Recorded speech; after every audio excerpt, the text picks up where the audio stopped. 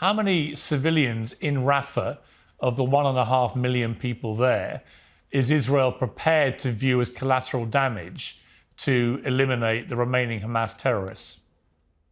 Piers, as you know, the IDF does our absolute utmost to avoid civilian casualties. Just in the first day of the operation, we've taken 100,000 citizens, civilians from Rafah, out of Rafah. Well, that leaves 1.4 million. Okay, and it's a work in progress. So I can tell you that. My question is that you're trying to eliminate Hamas completely, but in the process, already you've pretty much destroyed most of northern Gaza.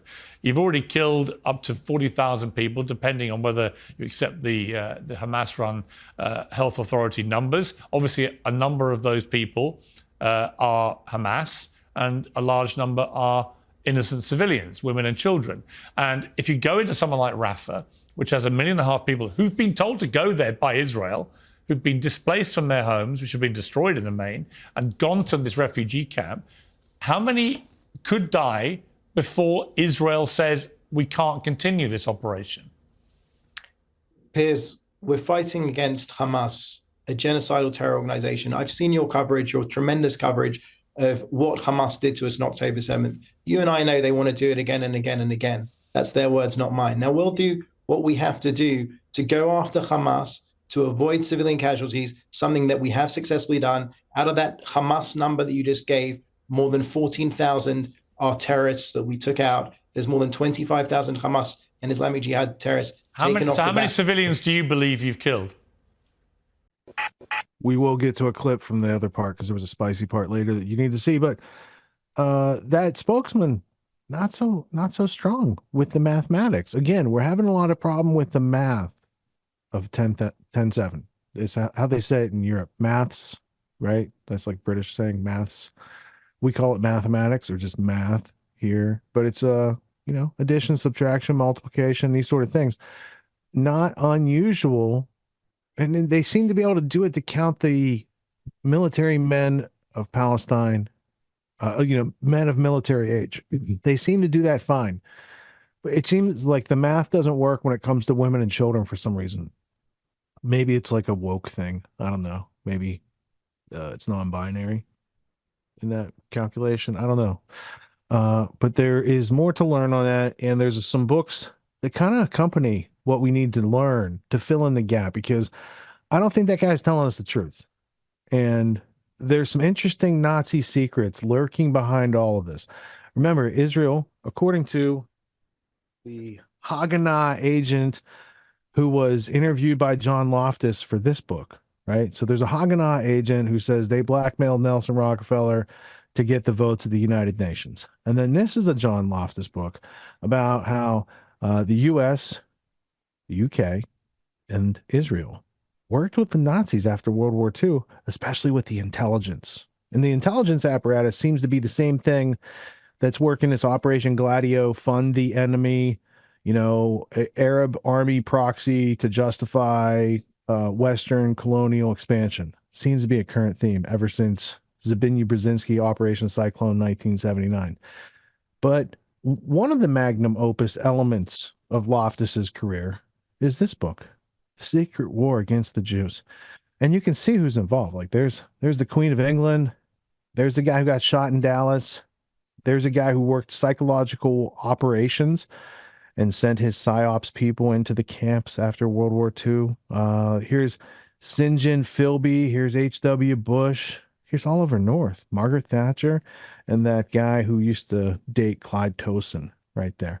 So, and probably a pope or two is in this book. So it's an interesting network of the people who are not of all one race, religion, or creed, who backed not only the Nazis, but the Nazis who helped the Zionists and the Zionists who were atheists, using people of a religious persuasion as their human shield to colonize Palestine. So that is a worthwhile read. There's a lot of juice in this book.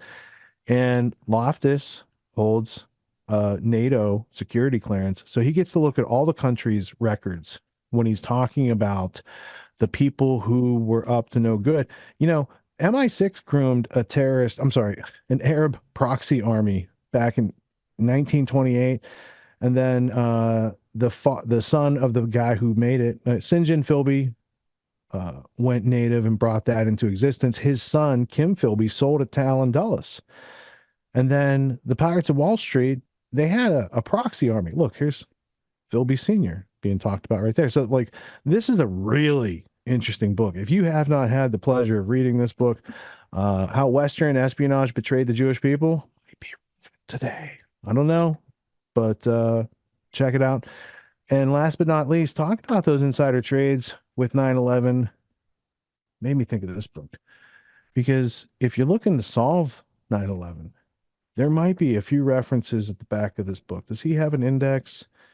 He doesn't. He doesn't have an index. That's the one problem with Chris Boland's book. Well, there's a couple issues, but there is a lot of Israeli-run everything all around 9/11.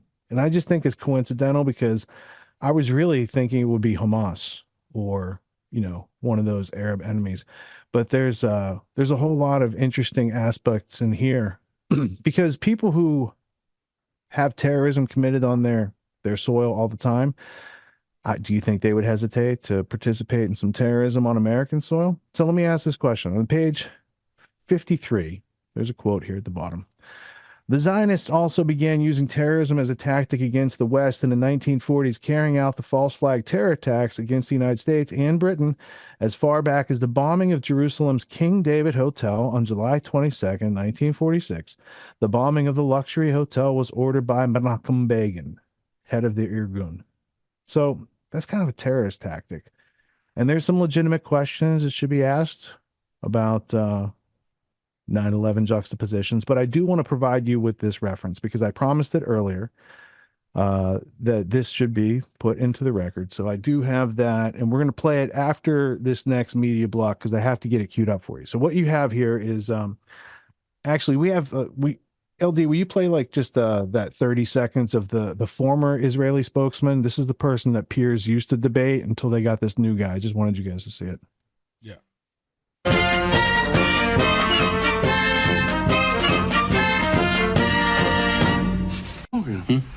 What is he doing in the uniform? General Hogan, please. Oh, you went too far. I must report this. It would be worth my life if I do not report this. It's only until tomorrow, and he's going to take it off again. After he steals the tank. Oh? From the Panzer Division. Oh? And brings it here into the barracks. Oh, I see nothing. I was not here. I did not even get up this morning.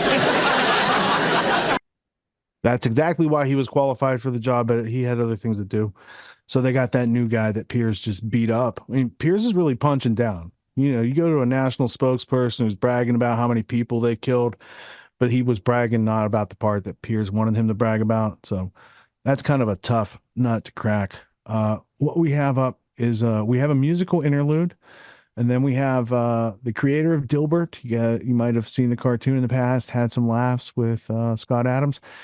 He has changed his position on Israel strikingly over the past bit of time. It wasn't long ago when he had a very, very different position. So we're going to hear just a couple of words from him, like a little update on what he thinks about the situation. And then we do have a piece from The Hill, Brianna Joy Gray, Words Are Not Violence, Zionism is not violence. And it's an intellectual self-defense of the freedom of speech as juxtaposed to the new Anti-Semitism Act and a little bit more. And then the last part is we have Keaton and Russell from Due Dissidents commenting on how United States senators sent a letter to the International Criminal Court who was going to give Netanyahu an arrest warrant. They wanted to put an arrest warrant out for Netanyahu. They were considering it. And the United States says, please don't do it. No. They didn't say, please don't do it. They said, if you do it, we're going to come after you and your kids. You have been warned. Literally, it ends with, you have been warned. And then a whole bunch of people who take Israel, AIPAC, Kufi money, signed it. We're going to take a look at that because it's hilarious that these people will be just, they don't keep up with social media too much. None at all. So we're going to go first to a song that aired a couple days ago. It's by a character named Macklemore. It's called Heinz Hall. It's named after Hein Rajab. That was a little girl who called 911 several times before the airstrikes were set on her and her captors. No, not captors, saviors. The ambulance. They hit the ambulance. They didn't get the terrorists. They shot the ambulance. So that's the Hein Rajab story. When they took over Hamilton Hall at Columbia, they called it Heinz Hall. And that rapper, I guess he's a woke rapper, but he wrote this song. So listen carefully to the message that's being put out and juxtapose it to the evidence offered tonight and see what you think. Let's kick it off. Macklemore.